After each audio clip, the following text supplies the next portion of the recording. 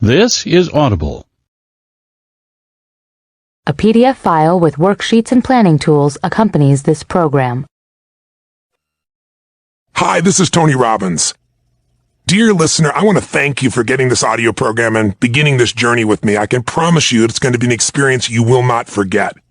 This has been a passion project for me, and I've worked on it for 4 years to bring people the best information possible from 50 of the smartest financial minds in the world.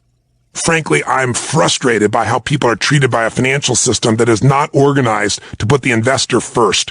And most people don't even think of themselves as investors. So I want to show you, whether you're starting with next to nothing or if you have plenty of money, how to expand and truly become financially secure, independent, and free.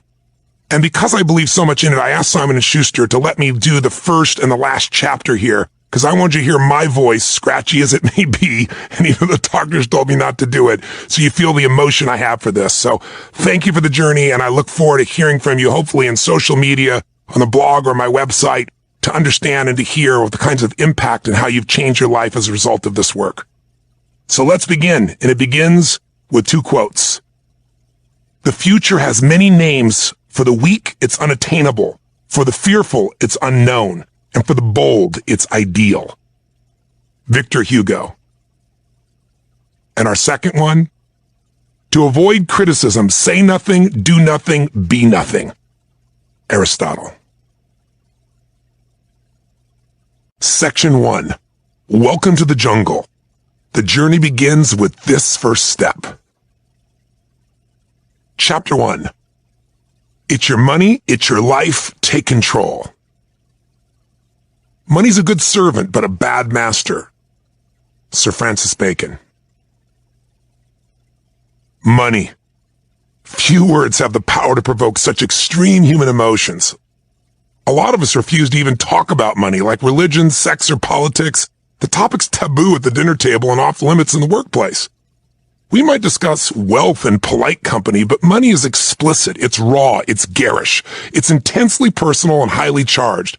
It can make people feel guilty when they have it or ashamed when they don't. But what does it really mean? For some of us, money is vital and crucial, but not paramount. It's simply a tool, a source of power used in the service of others and a life well lived. Other people are consumed with such a hunger for money that it destroys them and everyone around them.